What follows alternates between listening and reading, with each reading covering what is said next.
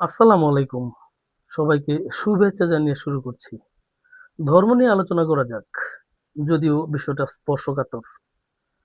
শত শত বছর পূর্বে প্রতিষ্ঠিত ধর্মের মৌলিক বিষয়গুলো আমাদের সমাজে কতটা প্রচলিত অথবা বিবর্তিত তারই সংক্ষিপ্ত আলোচনা। আমার এই আলোচনা কোনো ব্যক্তি বা গোষ্ঠীকে কটাক্ষ করা নয়, বরং সঠিক তথ্যের মানদণ্ডে নিজেকে সমৃদ্ধ করে নেয়া। পৃথিবীতে প্রায় ৪,০০০-এর অধিক ধর্ম থাকলেও আমাদের দেশে ৩টি ধর্মের প্রচলন সবচেয়ে বেশি। তার প্রথমটি হলো ইসলাম ধর্ম, দ্বিতীয়টি হলো সনাতনী বা হিন্দু ধর্ম, আর তৃতীয়টি হলো খ্রিস্ট ধর্ম। সনাতনী ধর্ম দিয়েই শুরু করি। সনাতনী ধর্মের মূল ধর্মগ্রন্থের নাম হচ্ছে বেদ। বেদকে বুঝতে হলে আমাদের যুগচক্র সম্পর্কে একটু ধারণা থাকা দরকার। যুগচক্রের ধারণা আমরা পাই পুরাণ থেকে।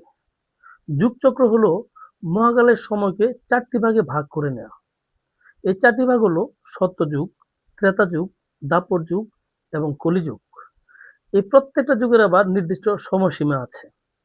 সত্যযুগের সময়সীমা ১৭ লক্ষ বছরের অধিক সময়, ত্রেতা যুগের সময়সীমা ১৪ লক্ষ বছরের অধিক সময়, দ্বাপর যুগের সময়সীমা ৮ লক্ষ বছরের অধিক সময়, কলিযুগের সময়সীমা ৪ লক্ষ বছরের অধিক সময়। সত্যযুগ থেকে শুরু করে কলিযুগ পর্যন্ত, কলিযুগ শেষ হলে আবার সত্যযুগ চলে আসে। আর এটাই হলো যুগচক্র। এই যুগচক্রের মধ্যে আমরা ঐতিহাসিক কিছু বিষয় লক্ষ্য করি। যেমন যুগচক্রের দ্বিতীয় চক্রে ত্রেতা যুগে আমরা ইতিহাসের ২টি জিনিস পাই। এর একটি হলো মহাত্মা রামচন্দ্রের জন্ম, আর দ্বিতীয়টি হলো মহর্ষি বেদব্যাস দ্বারা মহাকাব্য মহাভারতের রচনা। এবার আমরা আসি তৃতীয় ধাপে, অর্থাৎ দ্বাপর যুগে।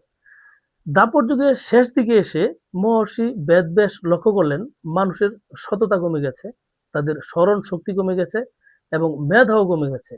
অতএব এই মানসিক শক্তি দিয়ে তাদের বেদ বোঝাটা কঠিন হয়ে যাবে। তাই বেদকে সহজভাবে বোঝার জন্য ৪টি খণ্ডে বিভক্ত করলেন। এই ৪টি খণ্ড হলো ঋগ্বেদ, যজুর্বেদ, সামবেদ এবং অথর্ববেদ। আর এর পরপরই সৃষ্টি হয় বৈদিক যুগের। বৈদিক শব্দটা এসেছে বেদ থেকেই। আর এই বৈদিক ধর্ম যারা ধারণ করেছিলেন তারা হলেন আর্য। এই আর্যদের অধ্যায় সমাপ্তির পর তৈরি হয় পুরাণ। পুরাণ সৃষ্টি হয় বিভিন্ন মহর্ষি এবং আধ্যাত্মিক জ্ঞানী মনীষীদের হাত ধরে। তাদের বলা বিভিন্ন উপকথা, রাজরাজাদের কাহিনী এবং আধ্যাত্মিকতার সংমিশ্রণে পুরাণ গড়ে ওঠে। পুরাণ ১৮টি খণ্ডে বিভক্ত। ১৮টি খণ্ডে পুরাণের আবার রয়েছে ১৮টি উপপুরাণ। এই ১৮টি উপপুরাণ থেকে আবার তৈরি হয়েছে অনেক পুরাণ। তো এইভাবেই সমৃদ্ধ হয়েছে সনাতনী ধর্ম। এবার আমরা আলোকপাত করব খ্রিস্টান ধর্ম নিয়ে। ক্যাথলিক যাজকরা খ্রিস্টান ধর্মের প্রধান ধর্মগ্রন্থ বাইবেলকে নিজেদের সম্পত্তি মনে করতেন। তারা বর্তমান সিন্ডিকেটের মতো একটা সিন্ডিকেট তৈরি করে এই বাইবেলকে কুক্ষিগত করে ফেলেছিলেন। সাধারণ জনগণকে এই বাইবেল পড়া তো দূরের কথা, দেখতেও দেওয়া হতো না। কেউ দেখতে চাইলেও সেটা অপরাধ হিসেবে বিবেচিত হতো। তাদের বক্তব্য ছিল এরকম যে তোমাদের কোনো সমস্যা যদি থাকে তাহলে আমাদের কাছে আসবে, আমরা বাইবেলের মাধ্যমে তোমাদের সমাধান দিব। বাইবেলকে কেন্দ্র করে সৃষ্টি হয় একটা এলিট শ্রেণীর।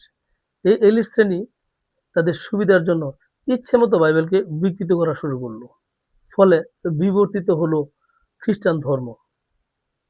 এবার আলোচনা করব ইসলাম ধর্ম নিয়ে। ইসলাম ধর্ম জানতে হলে ৩টি বিষয়ের উপর জোর দিতে হবে।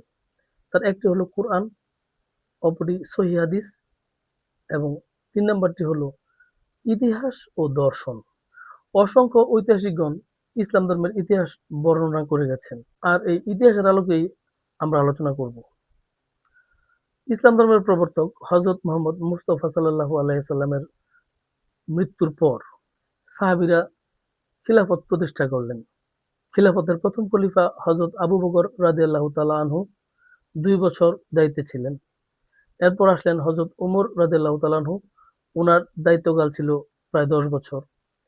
উনার পর আসলেন ইসলামের তৃতীয় খলিফা হযরত উসমান রাদিয়াল্লাহু তাআলা আনহু। উনার দায়িত্বকাল ছিল প্রায় ১২ বছরের অধিক সময়। হযরত উসমান রাদিয়াল্লাহু তাআলা আনহুর মৃত্যুর পর খিলাফতের দায়িত্ব নিলেন হযরত আলী রাদিয়াল্লাহু তাআলা আনহু। উনার খিলাফতের দায়িত্বকাল ছিল প্রায় 6 বছরের অধিক সময়। হযরত আলী রাদিয়াল্লাহু তাআলা আনহুর মৃত্যুর পর ওনার বড় ছেলে হযরত হাসান রাদিয়াল্লাহু তাআলা আনহু প্রায় 6 মাস খিলাফতের দায়িত্ব পালন করেন।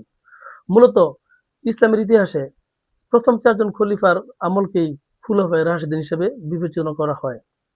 হযরত আলী রাদিয়াল্লাহু তাআলা আনহুর মৃত্যুর পর দামেস্কের গভর্নর মুয়াবিয়া রাদিয়াল্লাহু তাআলা আনহু কূটকৌশলের মাধ্যমে ক্ষমতা দখল করেন এবং উনি খিলাফত প্রথা রদ করেন এবং রাজতন্ত্র প্রতিষ্ঠা করেন।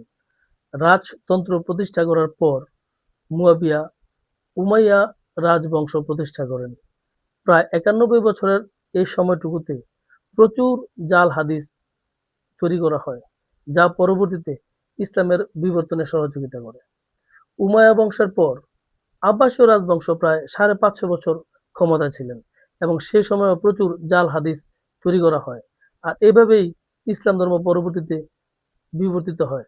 কিন্তু ইসলামের মূল সংবিধান কোরআন থেকে যা অবিকৃত, এটা এই জন্য যে আল্লাহ তাআলা স্বয়ং এই কোরআনের হেফাজতকারী। তাই আজও আমরা কোরআনের মাধ্যমে ইসলামের মৌলিক বিষয়গুলো জানতে পারি। সাথে থাকার জন্য ধন্যবাদ।